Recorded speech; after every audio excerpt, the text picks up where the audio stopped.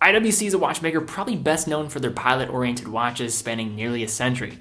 But amongst the pilot watches, the grand complications, we have the Portuguese chronograph, a personal favorite of mine based on its aesthetics, and one I have been hoping to get my hands on. And lucky me, dreams do come true, because I have in my possession an IWC Portuguese chronograph. So let's take a look at the history of the Portuguese line, because I think it is certainly noteworthy, as well as doing a full-on review of this watch.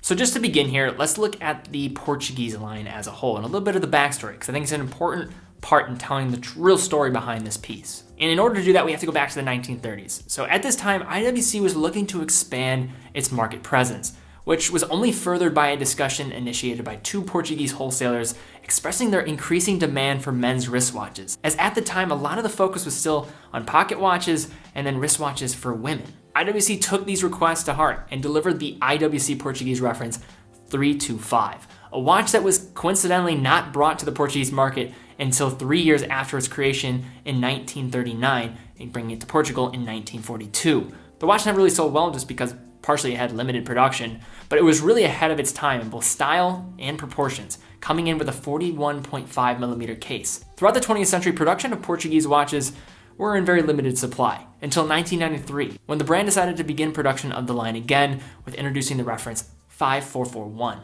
However, the real influence here for modern day pieces, especially the piece that I have today, comes from the IWC 3712, which had an added split-second chronograph complication from a heavily modified Valjoux 7750, all of which can be attributed to Richard Havering, a master watchmaker that spent some of his time working for Longa after this creation and then starting his own independent watchmaking company, Havering II, a brand that I'm a big fan of, and he is still keeping alive this actual founded technology with some of his watches today. But with the success of the 3712, in 1998, IWC decided to release their 3714, a model that took the design elements of references prior, primarily the 3712, but in a more attainable package in regards to price, which brings us to our watch here today, the IWC Portuguese Chronograph reference IW371447. So before looking at the overall specs of this watch and going into the review, I just want to thank Bob's Watches for making this video all possible by sending me this watch. They're a partner of the channel and one of the largest online retailers in the world for watches. So if you use the link in the description, any purchase of this watch as well as any watch that you find on their site, they sell all different types of brands. You'll support the content that you're watching here today. But let's jump into this review. So this watch comes in with the price of $7,600 at retail, Bob's price $5,195, case size of 40.9mm for just under 41mm here, thickness of 12.6mm, lug to lug 47mm, lug width of 20mm, has water resistance of 30 meters, and has a sapphire crystal. So looking at the case, this one comes in stainless steel. And despite liking the looks of the other precious metal options that you have about half a dozen versions of these watches available with different variations of hands and of course the actual case material, I find these stainless steel watches much easier to stomach for what you're getting in terms of value. Again, it comes with a 40.9mm case with two chronograph pushers, one at the 2 and then one at the 4. However, the watch wears a bit larger and has a sporty look as a result of the thin bezel, giving an illusion of a larger dial. But this coupled together with its 47mm lug-to-lug height, even on my 6¼ inch wrist or 15.9 centimeters for my metric system friends, still fits rather comfortably. When looking at the stunning and slightly reflective black dial, there are a few things that stand out right away. However, there is one underlying theme amongst it all: perfect symmetry on the dial. From the Arabic style numerals throughout to the IWC logo at the 9 and then the chronograph automatic stamp at the 3, and the perfectly placed subdials, which managed to look incredibly well with how they're vertically aligned, with one of the 12 measuring minutes to 30 and the 6 o'clock measuring seconds. You probably don't need to go any further for those in which this design resonates, as it really is one of the best looking chronographs you can really find on the market, in my opinion, of course. This design is only furthered with a nice pairing of leaf style hands that manage to work really well when moving throughout the light, as well as circular markings at every second mark.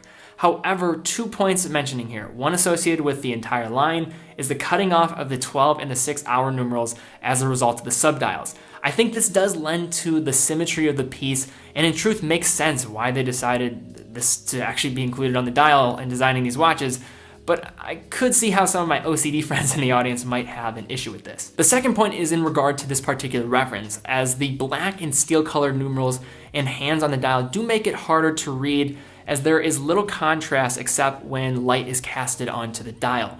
An issue I have found with many watches with this combination of black dial and steel hands. And the case back is solid, screw down with an engraving around the outside with a nice textured finish at the center. But now let's move along to the point of this watch, which will probably lead to the most criticism: the movement. The caliber in this watch is the 79-350.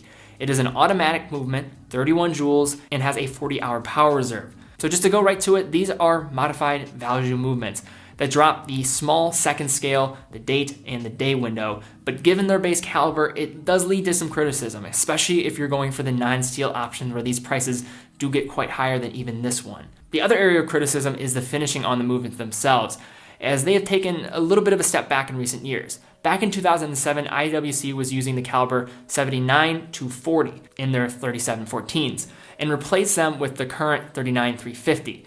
At first glance, you can notice a few differences, one being the gold painted finish on the 79-40 and the increase of finishing on the bridges of the movement itself. This all goes unseen, and these are still very reliable movements. However, I think it's very important to mention when considering this piece holistically. So what is the conclusion of this piece? I think a lot of the takeaways are very similar to that of one of the first reviews that I did on my channel of a review of a watch that I own, the Junghans Maxwell Chronoscope. As when I discussed reviewing that watch, how those buying that watch have to be in love with the design more than anything else, as the specs themselves are not going to wow you. And I think the same can be said for this IWC watch here, as the design is one of my favorites of any chronograph on the market, period, as well as neatly walking that fine line of sporty and dressy. It's just simply a really incredibly versatile piece, as well as having some cool ties to IWC's history, hence why I think it was important to go into the backstory about the Portuguese line at the beginning. That considered, the concern in regards to value for money is certainly fair here, especially at the retail prices at over $7,000. Pre-owned stainless steel, I think you have a better value, but in summary, the buyer of this watch has to be in love with the style to justify this purchase. And if you ask me, I think there's still a whole lot to love here. So guys, what do you think of these watches? Do you enjoy them, or do you think they're just not for you? I'd love to see comments down below as always. Again, big thank you to Bob's Watches for providing this watch for me to review. Use the link in the description. Any purchase of this watch or any other watch for that matter helps support the content you're watching. Also, head over to our website. We've added like hundreds of different watch straps. I'm working with a few different manufacturers now to really try to diversify both the prices available for straps, the sizes, the styles as well. So if you haven't went over there yet, I've been updating it constantly. Certainly check that out. It's been a big initiative of mine, and that's a really important way to help out the channel. It's huge for me. And then also, if you want to join our watch giveaway, we have some big watch giveaways coming up. Fill out the watch giveaway form and then follow me on Instagram. But guys, thank you again so much for watching. Always appreciate it. I really do. And I'll see you all very soon.